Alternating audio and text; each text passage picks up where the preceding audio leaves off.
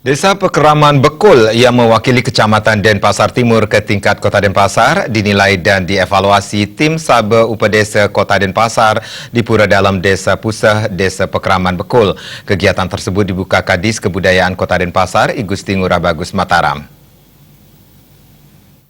Dinas Kebudayaan Kota Denpasar, I Gusti Ngurah Bagus Mataram mengatakan, Kota Denpasar setiap tahun rutin mengadakan evaluasi desa Pekeraman. Dari 4 kecamatan, masing-masing diwakili 1 desa Pekeraman. Yang dievaluasi tahun ini, yakni Desa Pekeraman Padang Sambian, yang mewakili Kecamatan Denpasar Barat, Desa Pekeraman Bekul, mewakili Kecamatan Denpasar Timur, Desa Pekeraman Penyaringan, mewakili Kecamatan Densel, dan Desa Pekeraman Peninjauan, mewakili Kecamatan Denut. Tujuan dari evaluasi ini adalah untuk menguatkan Undang-Undang Kebudayaan Nomor 5 Tahun 2017 tentang kemajuan kebudayaan. Terdapat 10 objek yang salah satunya adalah adat istiadat. Desa Pekeraman merupakan benteng pertama yang merupakan pusat daripada budaya dari agama Hindu di Bali. Hal ini harus terus dilestarikan untuk bisa mempertahankan adat budaya dan agama Hindu di Bali.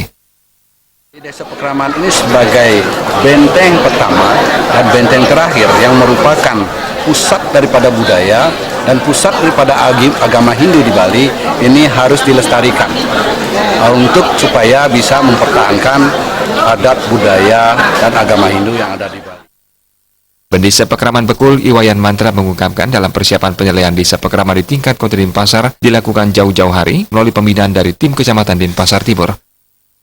Evaluasi niki Desa Pekeraman titiang dados lincap rita kadang ngajagang seni budaya adat Desa Pekeraman ring Desa Pekeraman titiang ringkul.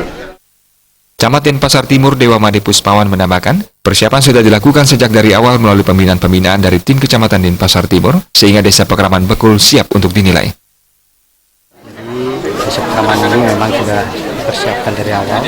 Di samping memang